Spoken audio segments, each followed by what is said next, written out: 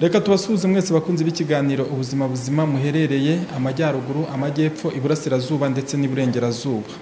Bakunzi b'ikiganiro ubuzima buzima mushobora kwibaza ati mbese kuri uyu munsi turi he nanone?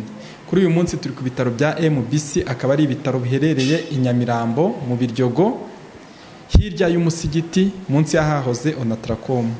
Serivisi ni yayindi tujemo nanone, serivisi y'ubuvuzi bw'indwara zifata mu mazuru, mu kanwa ndetse no mu muhogo. Aho tuje kubarebera muganga w'inzobere mu bijyanye n'izo ndwara zifata mu matwi, mu mazuru, mu muhogo. Akaba ari na wundi ari Dogiteri Niyigaba Gilbert. Ushobora kwibaza ati mbese kuri uyu munsi nanone tuje kureba Dogiteri Niyigaba Gilbert ku ihe nsanganyamatsiko. Tuje kumureba ku nsanganyamatsiko y'indwara yitwa sinezite.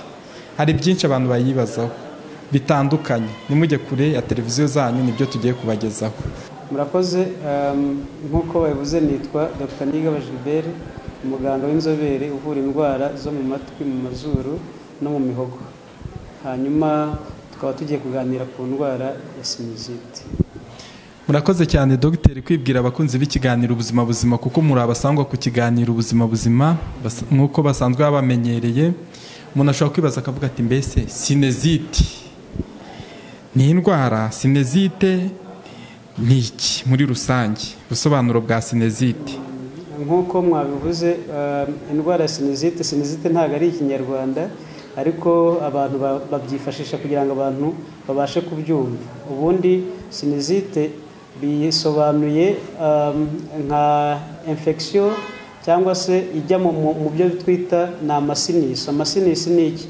Amasinisi ni nk'imyobo igaragiye izuru. Ubundi izuru ryacu nk'uko mubizi ni urugingo ariko rufite imyenge ibiri igana inyuma, hanyuma muri buri mu mpande y'iryo zuru hakaba imyobo iri mu magufa.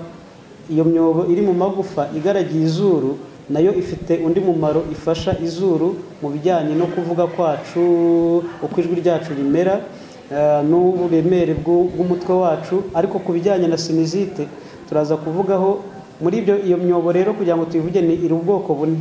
Hari iri munsi mu mpande z'izuru ariko munsi y'amaso, indi ikaba iri hagati y'amaso, indi ikaba ijya kuba hejuru y'amaso. Ubwoko bwa kane burahagana inyuma ya bwa bundi twavuze buri hagati y'amaso. Hanyuma rero ukavuga ngo kugira ngo tuze kumva sinezite turavuga muri makeya umumaro w'izuru n'iyo myobo twavuze y'amasinisi bamwigufa. Mu bisanzwe muri sinezite icyo bikora buri izuru ryacu kugira ngo duhore duhumeka neza, izuru ritumagaye, izuru ryacu rihora rikora ibimwira, ariko ibyo bimwira bikaba bisunikwa n'utuntu tw'utwoya dutoya tuboneshwa mikorosikope tuba mu zuru.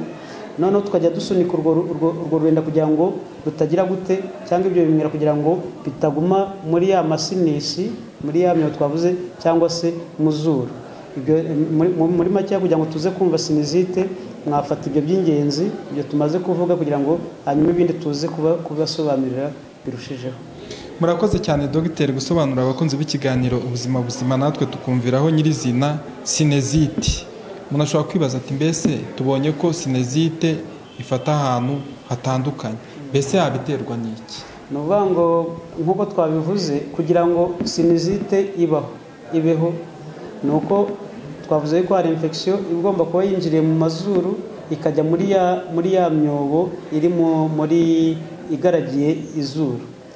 Noneho kugira ngo bibeho ni uko icya mbere izuru riba ryafunganye ku buryo bya bimwira bidasohoka. Icya kabiri noneho hakabaho yuko twa tuntu twavuze tumeze nk'utwoya dusunika bya bimwira natwo duhagarika ntidukore neza.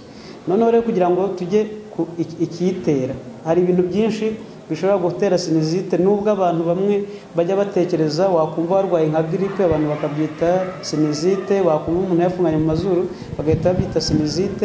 Turaza kureba ibimenyetso biranga, ariko mu bitera hari ibyegereye mu mazuru, aribyo hamwe twavuze.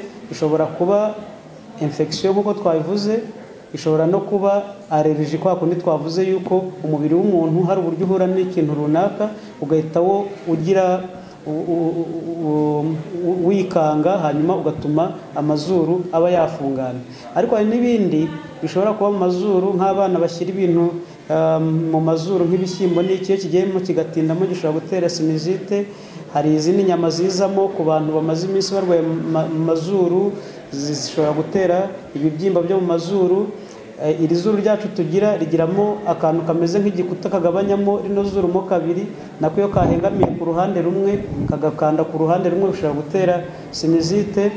Hari ubundi burwayi noneho bwo bushobora kuba buri mu mubiri wacu tugira twavukanye cyangwa se bitewe n'uko umubiri wacu uremwe nabwo bugatera sinizite.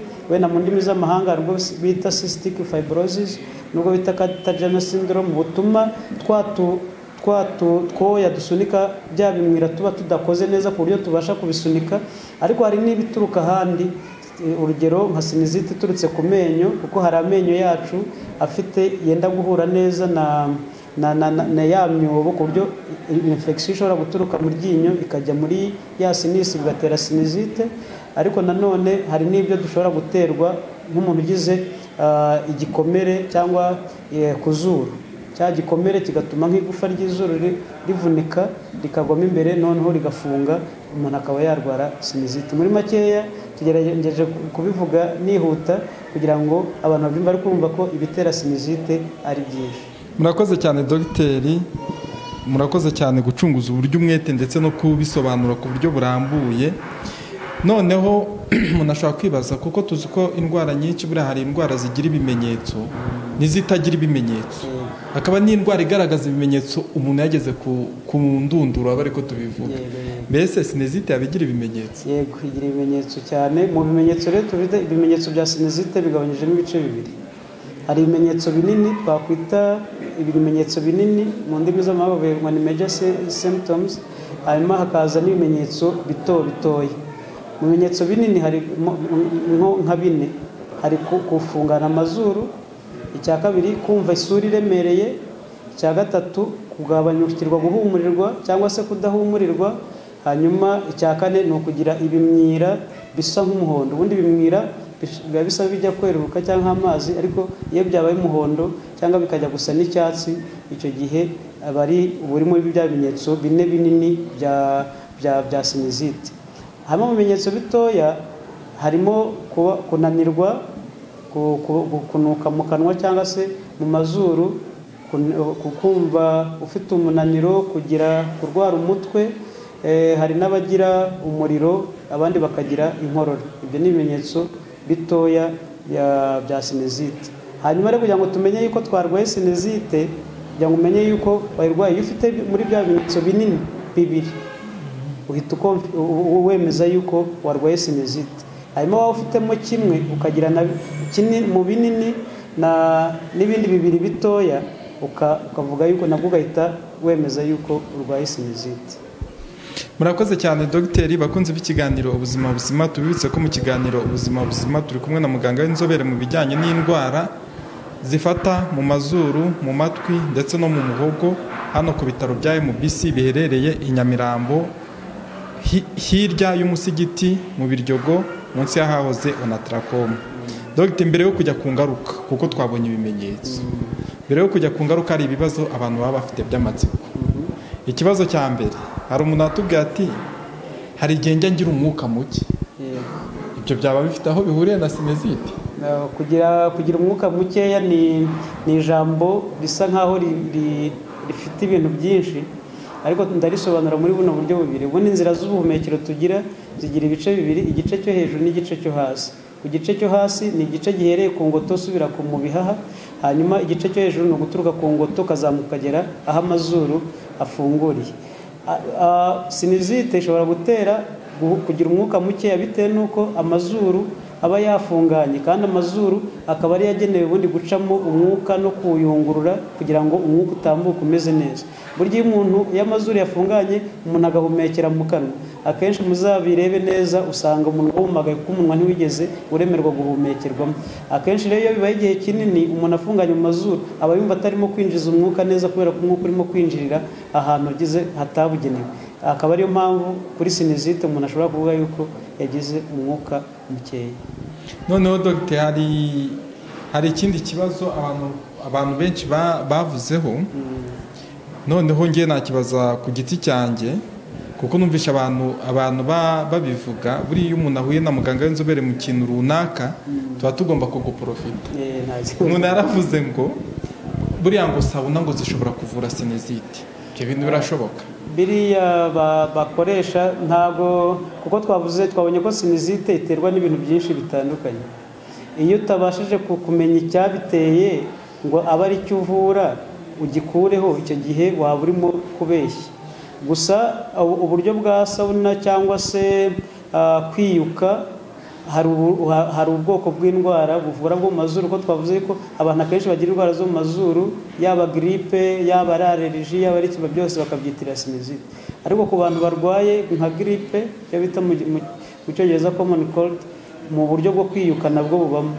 Ariko ntabwo wavuga yuko ugiye kwiyuka ngo uravura sinezite, cyane cyane ko twabonye ko sinezite iterwa n'ibintu byinshi. Niyo mpamvu ugomba kureba muganga akamenya koko niba ariyo, akamenya n'icyayiteye. Iyo amaze kumenya icyayiteye akagikuraho, sinezite irakira.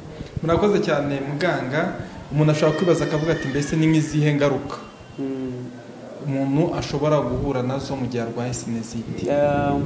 Ku ngaruka zishobora kubaho, reka turebe ku bisanzwe uburyo umuntu aba muri sosiyete n'abandi.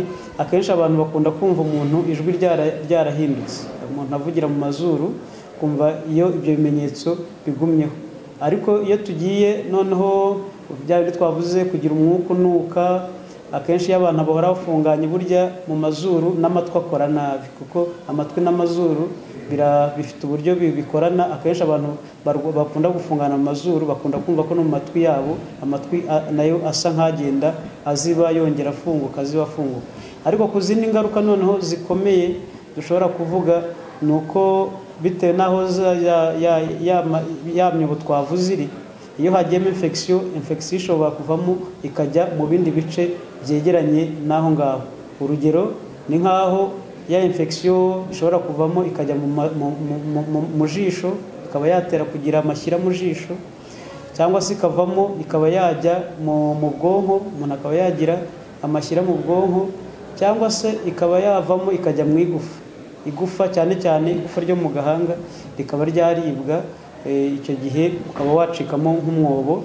Ariko icyo gihe urabyumva ko iyo infection yageze aho ngaho, n'ikigero cyo kuba yakwica kiba kiri hejuru uramutse utivuje.